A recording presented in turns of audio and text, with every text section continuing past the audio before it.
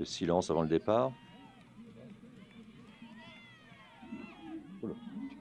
Allez, le coup de pistolet qui a retenti. Ouais, un petit décalage et c'est bien normal, mais quoi qu'il en soit, les athlètes donc ont été lancés, on le dit, hein, donc 2280 mètres. On est dans les standards pour le coup, Alain, sur cette catégorie d'âge, vous qui savez tout des distances. Oui, c'est des distances standards pour ces jeunes catégories. Donc je rappelle, ils ont 11 ans, ce sont des 6e, 5e. Il faut faire aussi attention aux capacités énergétiques de ces jeunes. Donc voilà, c'est la distance standard. Devant, actuellement, on voit quelqu'un avec un morphotype un peu différent, plus morphotype coureur de cross-country, assez léger, toujours le rapport poids-puissance.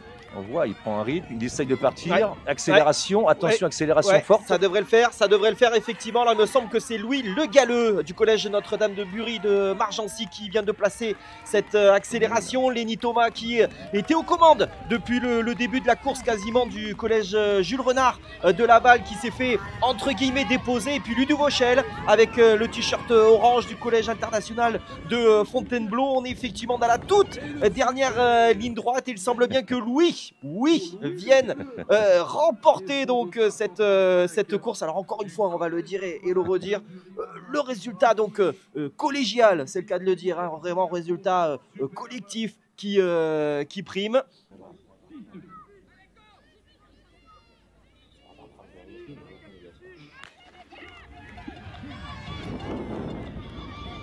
Allez, c'est parti, le coup d'envoi donné donc de cette deuxième course de la journée. Les Benjamines, donc les féminines qui viennent tout juste de s'élancer sur donc la même distance hein, que les garçons, 2280 mètres. Si je dis pas de bêtises, c'est la seule distance qui est similaire entre garçons et filles. Oui, j'ai souvent tendance à dire que les filles sont plus matures physiologiquement que les garçons à cet âge-là, donc il n'y a pas de surprise à avoir les mêmes distances chez les garçons et les filles, quand la différence physique a lieu plus tard. Et donc on voit des fois en 6e, 5e les filles plus grandes que les garçons. Donc voilà, pas de surprise et pas de problématique physiologique à ce que ces filles. À l'arrivée, c'est bizarre dans une épreuve de demi-fond de faire appel à des qualités de sprinteuse, mais c'est ce qui fait la différence actuellement. Oui. Elle est sur la dernière séquence de course.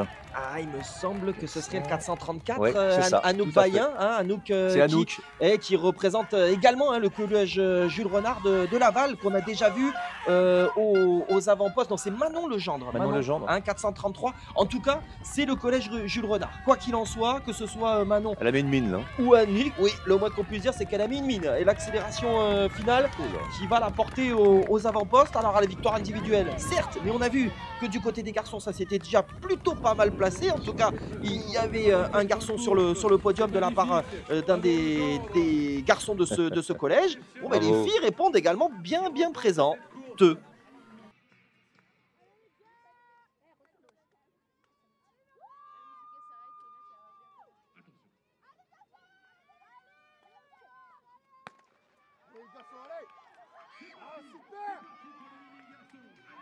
Et c'est parti donc le coup d'envoi de cette troisième course de la matinée avec cette course minime masculin donc je le disais tout à l'heure hein, c'est Martin Nedelec qui s'était imposé la saison dernière du côté de Dijon. Et voilà, des athlètes hein, qui sont partis d'ores et déjà très forts aux avant-postes. Encore une fois, ça va être évidemment un petit peu plus long hein, pour ces athlètes. Foulée et forcément on met une cadence à une taille de foulée, ça fait de la vitesse hein. Et on voit ce leader de la course qui est dans une situation favorable pour la remporter. Alors, toujours pareil, il faut attendre, mais là c'est 50 mètres, 60 mètres d'avance sur le deuxième.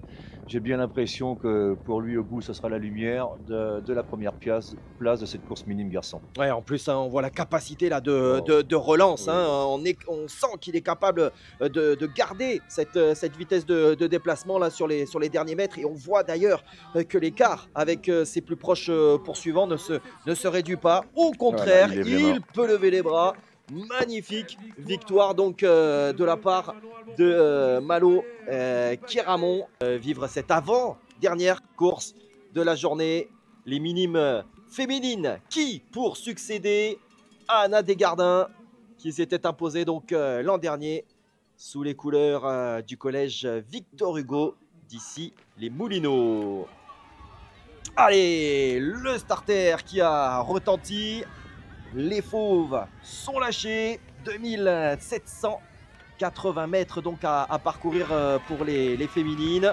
Pour vous donner allez, une petite indication, hein, Anna, l'an dernier s'était imposée en 9,36. Elle avait creusé un petit écart, avait une vingtaine de secondes sur Adèle et Louise Lefebvre, les deux sociétaires du collège Louis Blériot de Sangatte, qui avaient fait la course d'équipe puisqu'elles avaient terminé toutes les deux ensemble, deuxième et troisième.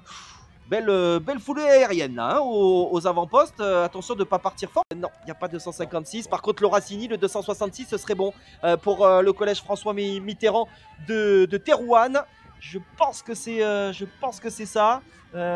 Attention, parce que là, sur sa gauche, c'est au sprint, ça se jouera au sprint. Ouais, la belle foulée là, développée. C'est parfait avec le dossard 660 qui est en train de revenir et qui est en train même de prendre le dessus de manière ferme et définitive. Léa Ritt qui nous vient du collège séminaire des jeunes. Ces athlètes, ces quatuors, en tout cas pour l'instant, le premier représentant de ces quatuors. C'est parti donc pour ce premier sport partagé de ces France de Cross 2024.